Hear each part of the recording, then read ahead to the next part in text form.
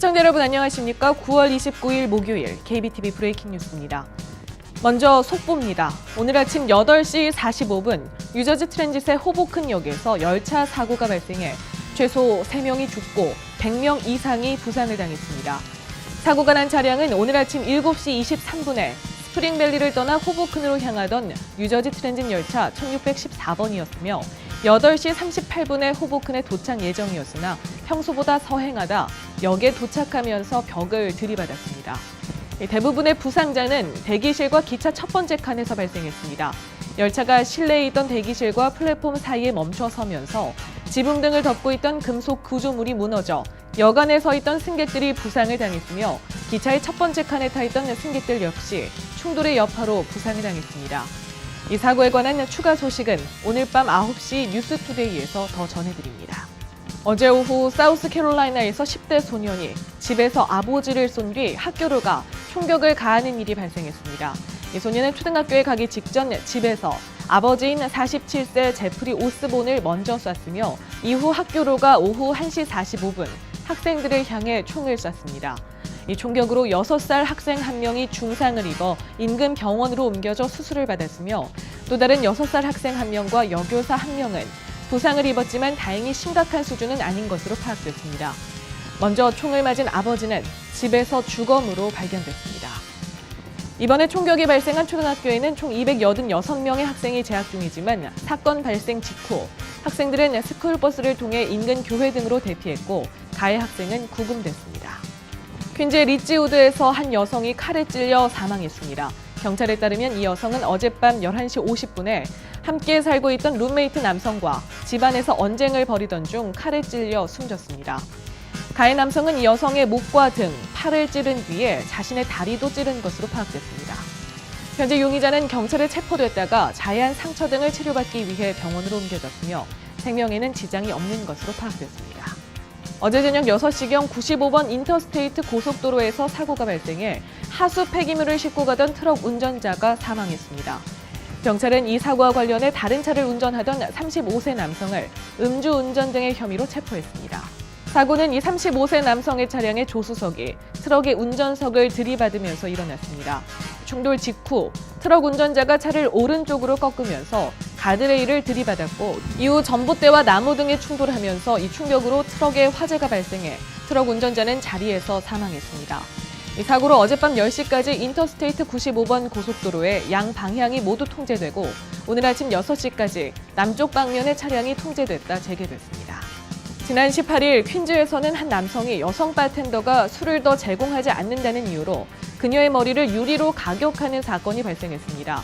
이날 밤 11시경 퀸즈 샌포드 애비뉴에 위치한 제이잭바 룸에서 모자를 쓴 남성이 앉아있던 바텐더 여성의 머리채를 잡고 유리로 머리를 내리칩니다.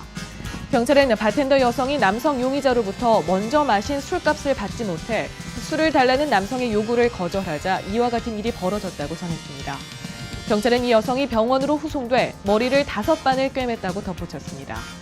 용의자는 야시안계 남성으로 5피트 7인치 신장과 45세에서 50세로 추정된다고 알려졌습니다. 경찰이 지난 화요일 뉴욕 소방서장 마이클 페이가 숨진 브롱스 가스 폭발 화재 사건과 관련해 한 남성을 체포했습니다. 이 남성은 32세 가리발디 캐스틸로로 마리화나 소지 혐의를 받고 있습니다.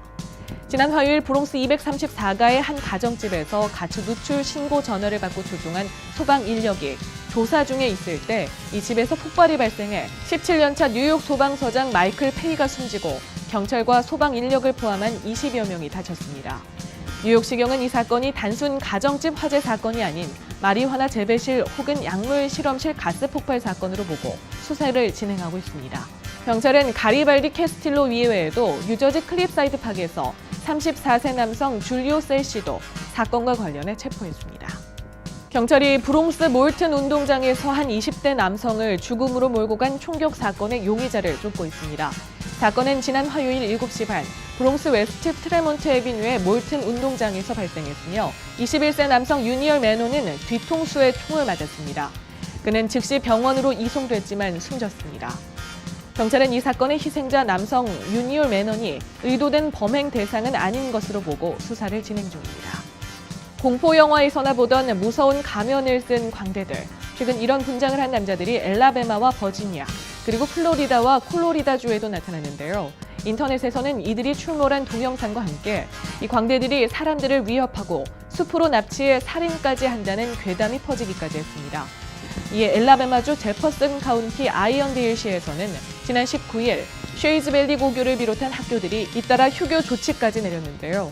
이번에는 이들이 뉴저지에서 발견됐습니다.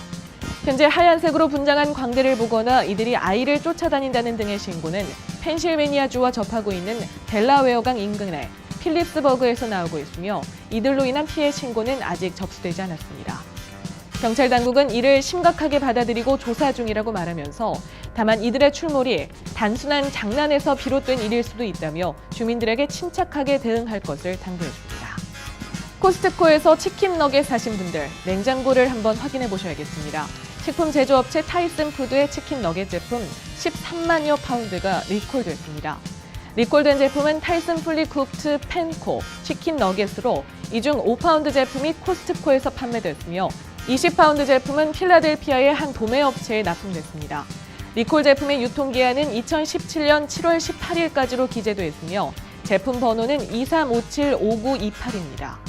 농무부는 타이슨 푸드의 치킨 너겟 제품에서 하얀색 플라스틱 조각이 발견돼 총 13만 2,520파운드 제품을 리콜한다고 밝혔습니다.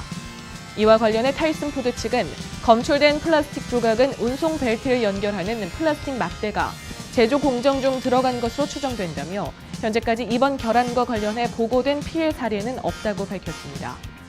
타이슨 푸드는 리콜 제품 구매 고객들에게 제품을 즉각 폐기하거나 구입한 매장에서 전액 환불받을 것을 권고했습니다. 리콜 관련 문의는 타이슨 푸드 고객 서비스 전화로 하면 됩니다.